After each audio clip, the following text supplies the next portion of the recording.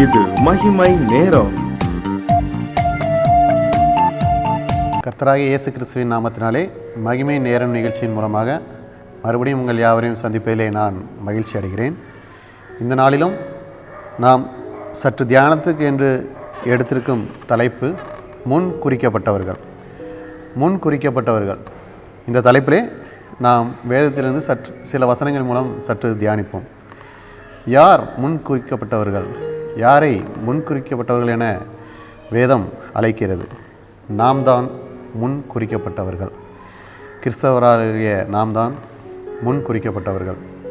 கிறிஸ்துவை தம்முடைய இரட்சகராக ஏற்றுக்கொண்டவர்கள் முன் குறிக்கப்பட்டவர்கள். கிறிஸ்துவை தம்முடைய வாழ்விலே துணையாக கொண்டிருக்கிறவர்கள் முன் குறிக்கப்பட்டவர்கள். கிறிஸ்துவை இந்த உலகத்துக்கு எடுத்து காட்டுபவர்கள் முன் குறிக்கப்பட்டவர்கள். நாம் கிறிஸ்தவர்கள் முன் குறிக்கப்பட்டவர்கள். வேதம் சொல்லுகிறது, ரோமர் 8 அதிகாரம் 29 வாசிக்கிறோம், தேவன் எவர்களை முன் அறிந்தாரோ அவர்களை தமது குமாரனுடைய சாயலுக்கு ஒப்பாய் இருக்கிறதற்கு முன் குறித்திருக்கிறாரே என பார்க்கிறோம். தேவன் நம்மை முன் குறித்திருக்கிறார். அதனால் நாம் தேவனுடைய சாயலிலே படைக்கப்பட்டோம். ஆதியிலே நாம் படைக்கப்படும் போது தேவனுடைய சாயலாக இருந்தோம். நாம் பாவம் செய்து நம்முடைய சாயலை, தேவ சாயலை நாம் இழந்து விட்டோம் என வேதத்திலே பார்க்க முடியும். எனவே நாம் பாவத்திலிருந்து விடுபட்டு, பாவ வாழ்க்கையிலிருந்து விடுபட்டு நாம் மறுபடியும் தேவ சாயலை அடையும்படியாக குமாரனுடைய சாயலுக்கு ஒப்பாய் இருக்கிறதற்கு நம்மை முன் குறித்திருக்கிறார். எனவே தான் இயேசு கிறிஸ்து இந்த உலகத்திலே நமக்காக அனுப்பப்பட்டார். நாம் மறுபடியும் நம்ம பாவ வாழ்க்கையிலிருந்து விடுபட்டு கர்த்தராகிய இயேசு கிறிஸ்துவே மெய்யான தெய்வன் என்று அறிந்து கொண்டு அவரையே அண்டிக் கொள்ள வேண்டும். ஏனென்றால் நாம் அவருடைய பிள்ளைகள், நாம் அவரால் முன்குறிக்கப்பட்டவர்கள் என்பதை நாம் உணர்ந்து கொண்ட வண்ணமாக நாம் மறுபடியும் இயேசு கிறிஸ்துவின் ரூபமாக இருக்கும்படியாக கர்த்தர் நம்மை முன்குறித்திருக்கிறார். நாம் முன்குறிக்கப்பட்டோம் என்றால் முன்குறிக்கப்பட்டவர்களை கர்த்தர் இயேசு கிறிஸ்து எவ்வாறு வழி நடத்துகிறார், முன்குறிக்கப்பட்டவர்களில் விசேஷ தன்மைகள் என்ன, கர்த்தர் அவர்களுடைய வாழ்க்கையை எவ்வாறு பார்த்து கொள்கிறார் என்பதை பற்றி சற்று தியானிப்போம். முதலாவதாக பார்ப்போமானால் ரோமர் 8 அதிகாரம் 30 பார்க்கிறோம், அவர்களை நீதிமான்களாக்கியும் இருக்கிறார், அவர்களை மகிமைப்படுத்தியும் இருக்கிறார் என வேதம் நமக்கு கூறுகிறது. பாவமான வாழ்க்கையிலிருந்து நமக்கு ரட்சிப்பை அவர் நமக்கு அருளி செய்திருக்கிறார். பாவ மன்னிப்பின் நிச்சயத்தை பெற்று நாம் ரட்சிக்கப்பட்டிருக்கிறோம். நமக்கு சற்றும் தகுதி இல்லாமல் இருந்த நம்மை பரிசுத்தவான்களாய் கர்த்தர் மாற்றியிருக்கிறார், அவருடைய விலையேறப்பட்ட இரத்தத்தை கொடுத்து. இப்படிப்பட்ட உன்னத கர்த்தர் நமக்கு இருப்பதனால்தான் நாம் முன்குறிக்கப்பட்டவர்கள். அவர் நம்மை நீதிமான்களாக்கியிருக்கிறார், நம்மை மகிமைப்படுத்தியும் இருக்கிறார். நாம் நீதிமான்களாக்கப்பட்டு நாம் அவருடைய பந்தியிலே, அவருடைய சமூகத்திலே சேர்ந்திருக்கும் போது அவருடைய மகிமை நம்மிலே விளங்குகிறது. அவரை பற்றி நாம் மற்றவர்களுக்கு சாட்சி சொல்லும்படியாக, கர்த்தருடைய நாமத்தை மகிமைப்படுத்தும்படியாக நம்மை அவர் மகிமைப்படுத்துகிறார். நாம் மற்றவர்களுக்கு சாட்சியாக, ஒளியாக விளங்கும்படியாக கர்த்தர் நம்மை நீதிமான்களுமாக்கி இருக்கிறார், நம்மை மகிமைப்படுத்தியும் இருக்கிறார். இரண்டாவதாக பார்ப்போமானால் ரோமர் 8 அதிகாரம் 27 வாசிக்கிறோம், ஆவியானவர் தேவனுடைய சித்தத்தின்படியே பரிசுத்தவான்களுக்காக வேண்டுதல் செய்கிறார் என வாசிக்கிறோம். நாம் பரிசுத்தவான்களாக ஆக்கப்பட்டு விட்டோம். ஆனாலும் நமக்கு பாடுகள், உபத்திரவங்கள் உண்டு.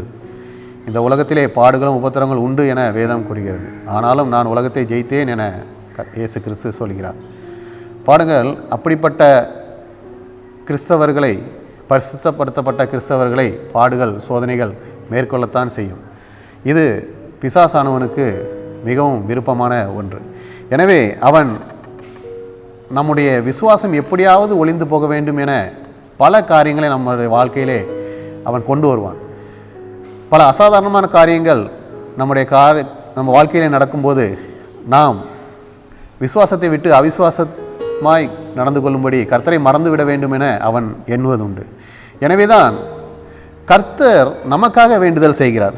வேதத்தில் பார்ப்போமானால் பரிசுத்தவான்களுக்காக வேண்டுதல் செய்கிறார் என பார்க்கிறோம். நாம் பரிசுத்தத்தை எந்த காலத்திலும் விட்டுவிடாதபடி கர்த்தர் நமக்கு கிருபை செய்வார். ஏனென்றால் அவர் நமக்காக வேண்டுதல் செய்கிறார், பிதாவினிடத்திலே வேண்டுதல் செய்கிறார். நம்முடைய பரிசுத்தம் ஒளிந்து போகாதபடி நம்மை காத்துக்கொள்வார். எந்த பாவமான வாழ்க்கையும் எந்த சோதனைகளிலும் நாம் சிக்கிக்கொள்ளாதபடி கர்த்தர் நம்மை பார்த்து கொள்வார் என்பதிலே சந்தேகமில்லை.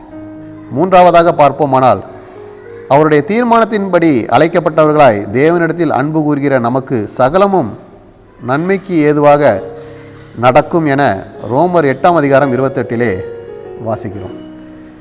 நம்முடைய விசுவாசம் ஒளிந்து போகாமல் அவர் நமக்காக வேண்டுதல் செய்யும்போது நாம் பாவத்திலே விழமாட்டோம்.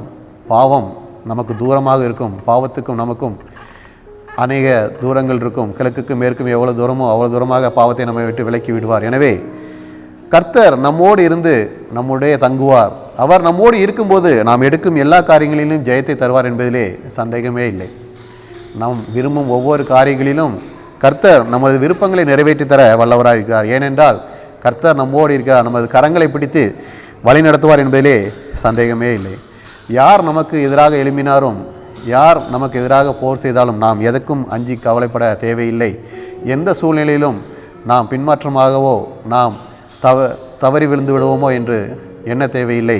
கர்த்தர் நம்மோடு இருந்து அவர் நம்மேல் வைத்த அன்பினால், நாம் அவரோடு அன்பாய் இருக்கிறதுனால் நாம் செய்யும் எல்லா காரியங்களிலும் அவர் நன்மையாய் முடிய செய்வார் என்பதிலே சந்தேகமே இல்லை. எரேமியா 3:14 கூறப்படுகிறது, நாம் கர்த்தருக்கும் நன்மையினால் திருப்தியாகும்படி செய்வார் என்று. பாருங்கள், இதுதான் கர்த்தருக்குள்ளாக நாம் காணப்படும் போது கர்த்தர் அருளும் ஆசீர்வாதங்கள். கர்த்தர் நமக்கு நம்மை பரிசுத்தமாக்கி விட்டார். பரலோக வாழ்வின் நிச்சயத்தை நாம் பெற்றுக்கொண்டு விட்டோம். அதுபோல் இந்த உலகத்தில் நாம் பல ஆசீர்வாதங்களை பெற்றுக்கொள்வதற்கு கர்த்தர் நமது நன்மையினால் நிரப்புவார் என்பதிலே சந்தேகமில்லை. நான்காவதாக பார்ப்போமென்றால், தம்முடைய சொந்த குமாரன் என்றும் பாராமல் நம்ம எல்லாருக்காகவும் அவரை ஒப்பு கொடுத்தார். இதுதான் முன்குறிக்கப்பட்ட நமக்காக தேவன் நமக்கு செய்த மிகப்பெரிய காரியம். வேறு யாருக்கும் இதுபோன்று அவர் செய்ததில்லை. நாம் முன்குறிக்கப்பட்டிருக்கிறோம். நாம் மீட்கப்பட வேண்டும். நாம் கர்த்தருடைய வழியிலே திரும்பி வர வேண்டும். நாம் சிதறடிக்கப்பட்டு போனோம். நாம் மறுபடியும் அவருடைய மந்தையிலே சேர்க்கப்பட வேண்டுமானால் அது இயேசு கிறிஸ்துவால் மட்டுமே முடியும் என, எப்படி உலகத்திலே வாழ வேண்டும் என அவரை அனுப்பி இந்த உலகத்திலே வாழ்ந்து நம்முடைய ஆத்துமாக்களை மீட்டு கொண்டு முன்குறிக்கப்பட்ட நம்மை அவர் மீட்டு கொண்டிருக்கிறார். எனவே முன்குறிக்கப்பட்டவர்கள் என இருக்கும் கிறிஸ்தவர்களாகிய நாம் கர்த்தருடைய கிருபைக்குள்ளாக கர்த்தருடைய திட்டம் என்ன என்பதை உணர்ந்து நாம் அவரையே அண்டிக் கொள்ள வேண்டும் என்பதை நாம் மறந்து போகக்கூடாது. முன்குறிக்கப்பட்டவர்களாகிய நம்மை கர்த்தர் எந்த விதத்திலும் அவர் நம்மை விட்டு விலகிவிட மாட்டார். எந்த சூழ்நிலையிலும் நம்மை கைவிட மாட்டார் என்பதை நாம் இந்த வசனங்களின் மூலமாக நாம் தெரிந்து கொள்ள முடியும். எனவே நாம் குடிசையில் இருந்தாலும் பெரிய மாடி வீட்டில் இருந்தாலும் எந்த சூழ்நிலையிலும் கர்த்தரோடு இருக்கும்போது நாம் கர்த்தரால் முன்னறிவிக்கப்பட்டவர்களாக இருப்பதனால் கர்த்தர் நம்மை உயர்த்துவார் என்பதிலே சந்தேகமே இல்லை. நாம் கர்த்தரால் முன்னறிவிக்கப்பட்டவர்கள். எனவே கர்த்தருடைய ஒளியை நாம் மற்றவர்களுக்கும் கொடுத்து அவர்களையும் முன்னறிவிக்கப்பட்டவர்களாக மாற்ற வேண்டிய கடமை நமக்கு இருக்கிறது என்பதை உணர்ந்து கொண்டு கர்த்தரோடு இருப்போம். கர்த்தருடைய நாமத்தை மற்றவர்களுக்கு எடுத்து சொல்லுவோம். கர்த்தருடைய நாமம் மகிமைப்படும். ஜெபம். கர்த்தராகிய இயேசு கிறிஸ்துவே, இந்த நாளிலும் நாங்கள் முன்னறிவிக்கப்பட்டவர்கள், முன்குறிக்கப்பட்டவர்கள் என்ற தலைப்பிலே சற்று தியானித்தோம். ஆண்டவரே, கிறிஸ்தவர்களாக உள்ள ஒவ்வொருவரும் முன்குறிக்கப்பட்டவர்கள். நீர் எங்களை முன்குறித்தீர். நீர் எங்களை கிறிஸ்தவர்களாக்கியிருக்கிறீர். உம்மை பணிந்து கொள்ளும்படி மெய்யான தேவனை பணிந்து கொள்ளும் கிருபை செய்திருக்கிறீர்.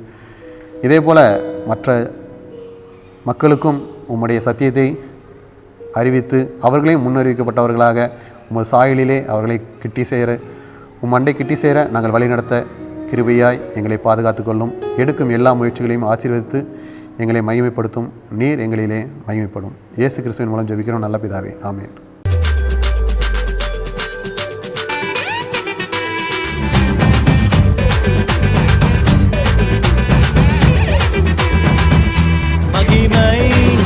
மகிமை